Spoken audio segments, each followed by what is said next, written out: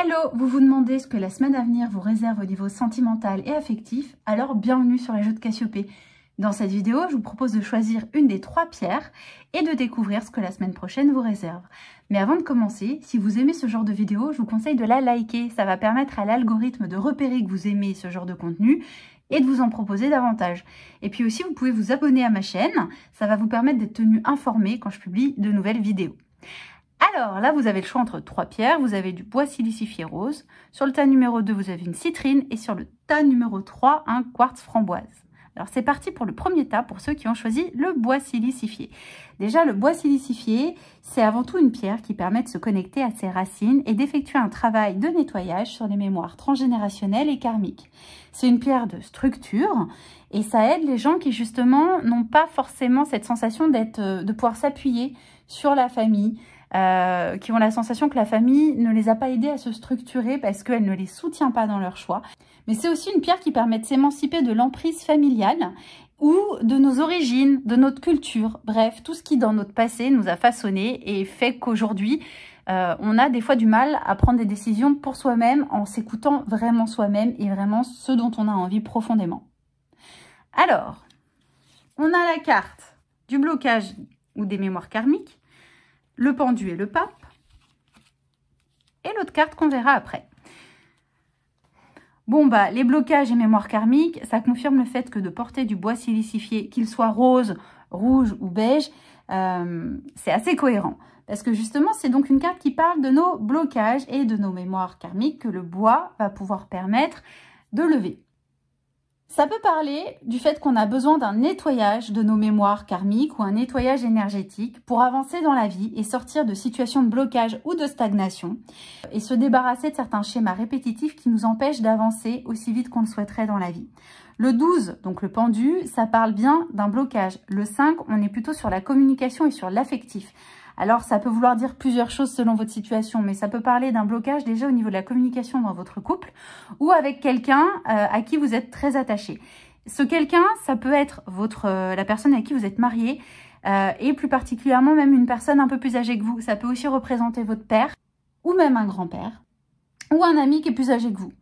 Le pendu, ça fait aussi parler de cette notion de sacrifice parfois et du fait d'être tellement attaché à quelqu'un qu'on peut avoir envie de se sacrifier pour faire passer le bien-être de cette personne avant le vôtre. Et ça, c'est quelque chose qui peut venir justement soit de mémoire karmique par le passé, parce que peut-être que la relation que vous avez avec la personne est karmique et qu'il y a des espèces de dettes de vie passée à nettoyer ou à payer dans cette vie-là, soit parce que ça vient de votre lignée familiale, c'est un schéma répétitif dans votre famille. Et justement, cette tendance au sacrifice et à faire passer les autres avant soi-même, serait quelque chose que vous auriez hérité de votre lignée familiale ou transgénérationnelle.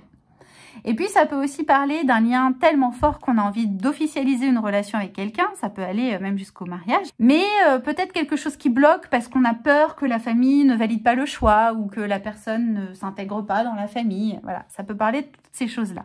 Et donc, le petit conseil vous dit... Demande un avis extérieur. Si tu sens que tu es un peu perdu en ce moment, n'hésite pas à solliciter l'aide d'une personne de confiance. Ses conseils et son expérience pourront t'aider à visualiser certaines choses que tu étais incapable de voir jusque-là. Bon, ensuite, le tas numéro 2 avec ceux qui avaient choisi la citrine.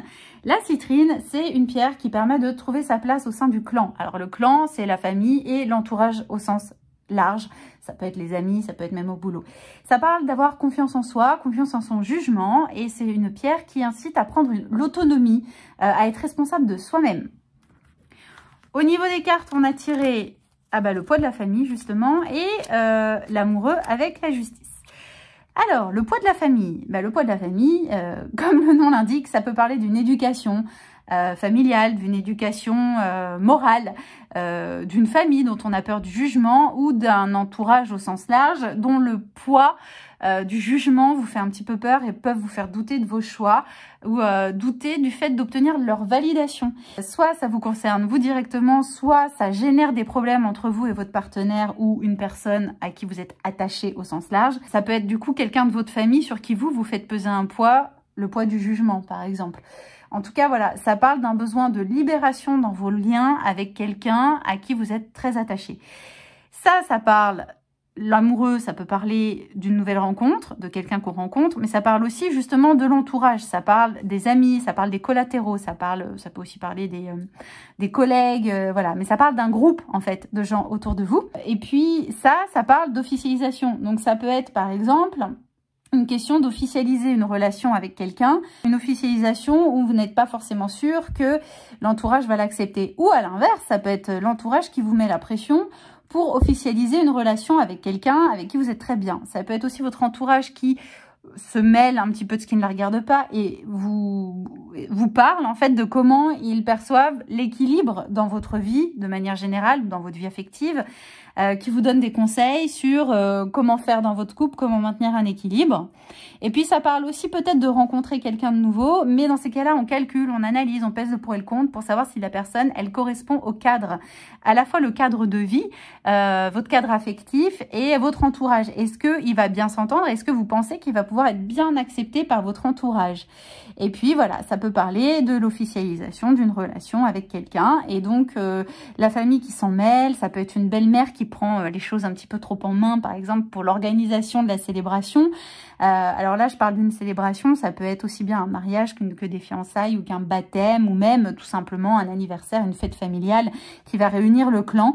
Mais voilà, ça peut parler d'un équilibre difficile à trouver par rapport à l'entourage qui des fois est un petit peu étouffant.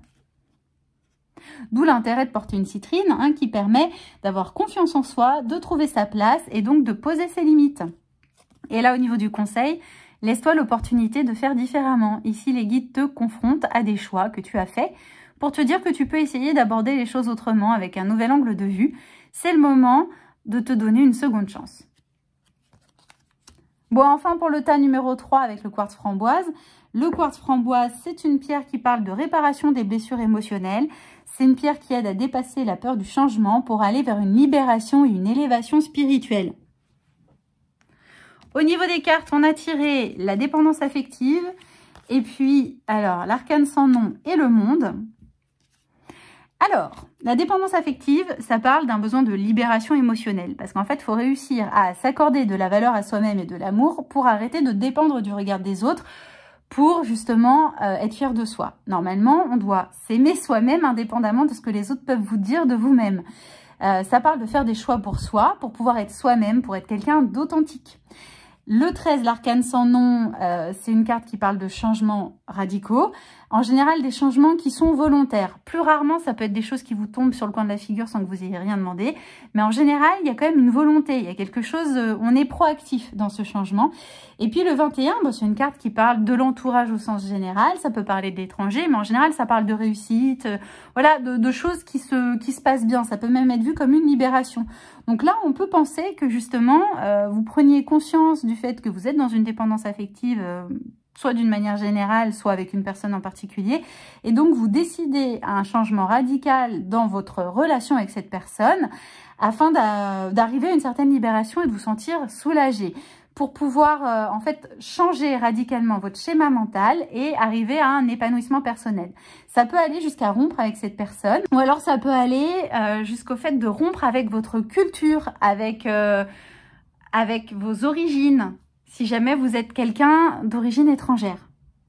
Parce que ça, encore une fois, le monde, ça représente l'étranger. Donc ça peut être aussi le fait de vivre dans un pays différent de là où vous êtes actuellement et d'avoir un petit peu de mal à trouver cet équilibre et d'être un peu dans une dépendance affective pour valider, puisque vous avez la sensation de ne pas avoir tous les codes.